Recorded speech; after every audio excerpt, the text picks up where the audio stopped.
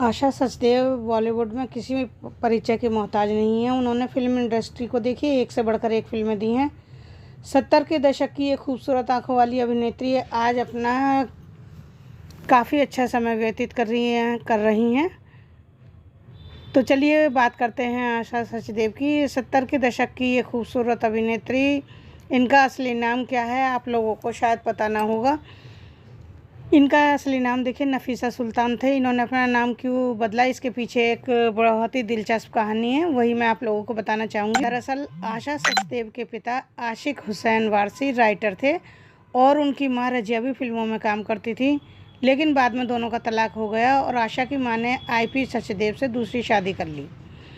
इसके बाद ही नफीसा का नाम उन्होंने आशा रख दिया था, जो बाद में चलकर बॉलीवुड में देखिए आशा सचदेव के नाम से मशहूर हुई और इतनी अच्छी कलाकारा बनी। आशा सचदेव के बारे में एक बात और भी शायद ही कम लोगों को पता होगी कि बॉलीवुड स्टार जो हैं अरशद वारसी और आशा सचदेव, ये दोनों सौतेले भाई बहन हैं। आशा की माँ से तलाक के बाद अरशद की माँ से उन्होंने निकाह कर लिया था। आशा की जो माँ थी उनसे तलाक होने के बाद अरशद की माँ से इन्होंने निकाह कर लिया था। इस तरह से आशा और अरशद सौतेले भाई बहन हैं। आशा सचदेव भी देखिए अपनी माँ की तरह एक्टिंग करना चाहती थी और उन्होंने बॉलीवुड में धीरे धीरे अपनी पहचान बनाना भी शुरू कर दी थी। लेकिन उन्हीं दिनों आशा एक गलती कर बैठी। साल 1972 में आशा ने छोटे बजट की बी ग्रेड फिल्म बिंदिया और बंदूक में काम किया। इस फिल्म से उन्हें काफ़ी पहचान मिली, लेकिन इसके बाद कोई बड़ी फिल्म नहीं मिली, क्योंकि छोटी फिल्मों की वजह से बड़ी फिल्मों का ब्रेक मिलना बंद हो जाता है। तो इसलिए आशा सचदेव को फिर काम नहीं मिला। आशा सचदेव ने कई तरह के किरदार निभाए। उन्होंने फिल्मों में लगभग हर तरह के किरदार की एक्टिंग की। उन्हें फिल्म में सिर्फ एक गाना मिला, उसमें भी उन्होंने कमाल कर दिखाया। खूबसूरत और टैलेंटेड होने के बावजूद भी उन्हें कोई पहचान नहीं मिली जिसकी वो हकदार थी। आखिर उनके खिलाफ किसने साजिश रची, और वे मुस्लिम माता पिता की संतान थी, तो मगर किस्मत ने उन्हें कैसे हिंदू बना दिया, क्या आप लोग जानते हैं? आशा सचदेव को बचपन से ही नफीसा नाम मिला था। ऐसा सुनने में आता है कि आशा सचदेव को कुछ सेलेब्स ने टाइप कास्ट करके नीचे गिराने की कोशिश की थी, जिसके चलते उनके हाथ से कई बड़ी फिल्में निकल गई थी। उन्हें बड़े निर्देशक अपनी फिल्मों में लेने से बचने लगे, छोटी फिल्मों में काम करने को मजबूर हो गई थी। उन्हें साइड रोल से ही संतोष करना पड़ा। हालांकि उनके पास एक्टिंग यानी कि अभिनय की कमी नहीं थी और उनका फेस भी बहुत प्यारा था, बहुत गुड लुकिंग थी, लेकिन उसके बाद भी लोगों ने उन्हें यानी निर्माता निर्देशकों ने उन्हें सही तरह से फिल्मों में काम नहीं दिया। आशा सचदेव ने देखिए टीवी का भी रुख किया और बुनियाद और इना मीना डी का जैसे लोकप्रिय टीवी शो में भी काम किया। आप लोगों ने आशा सचदेव को the burning train, Shahrukh Khan की दीवाना और ऋतिक रोशन की फिजा में भी देखा होगा।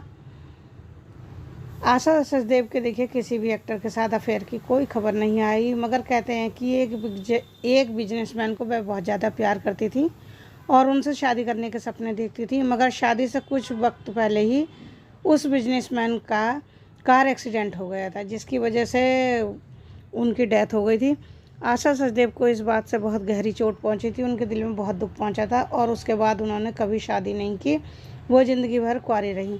कैसे उन्होंने एक ही आदमी के नाम अपना पूरा जीवन लिख दिया। तो बहुत दुख होता है ये जानकर के आशा सचदेव की कहानी कैसी है।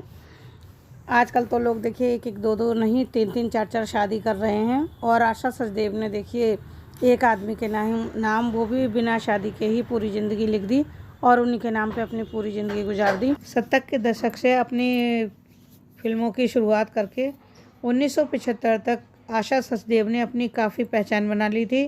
बिंदिया और बंदूक से उनका कैरियर शुरू हुआ और डबल क्रॉस, कशमकश, हाथी के दांत और हिफाजत जैसी फिल्में करने के बाद उन्होंने उस 1975 तक अपनी काफ़ी पहचान बना ली थी। उन्होंने वादा तेरा वादा, वो मैं नहीं, महबूबा, शाही लुटेरा और एजेंट विनोद जैसी फिल्मों में भी काम किया था। वह किशन लाल नामक एक वकील से शादी करने वाली थी, लेकिन उनकी शादी से पहले ही जो ये दुर्घटना घटी, जिसकी वजह से उनके प्रेमिका यानी उनके मंगेतर का कार एक्सीडेंट में डेथ हो गई, मृत्यु हो गई थी कार एक्सीडेंट में। इस हादसे ने उनकी ज़िंदगी बदल कर रख दी और उसके बाद उन्होंने कभी शादी नहीं की।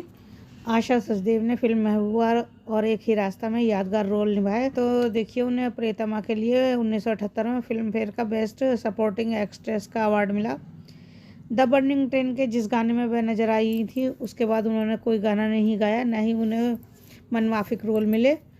जिस तरह से देखिए हर एक्टर की चाहत होती है मनमाफिक रोल की या अच्छे रोल करने की, इस तरह से इनको फिल्म इंडस्ट्री से काम नहीं मिला, क्योंकि इसमें कहा गया था कि आशा सचदेव को टाइप कास्ट करके नीचे गिराने की कोशिश की गई थी, जिसके चलते उनके हाथ से कई फिल्में निकल गई थी। हर निर्माता निर्देशक उन्हें लेने से बचने लगा था फिल्मों में, इसलिए आशा सचदेव छोटे मोटे रोल करने के लिए मजबूर हुई और उन्हें साइड रोल से ही संतोष करना पड़ा था। लेकिन आशा सचदेव जब भी पर्दे पर नजर आई, आप लोगों ने देखा होगा कि उन्होंने अपने अभिनय की अमिट छाप छोड़ी थी। तो देखिए ये थी जानकारी आशा सचदेव के बारे में। आप लोगों को कैसी लगी मुझे ज़रूर बताइएगा।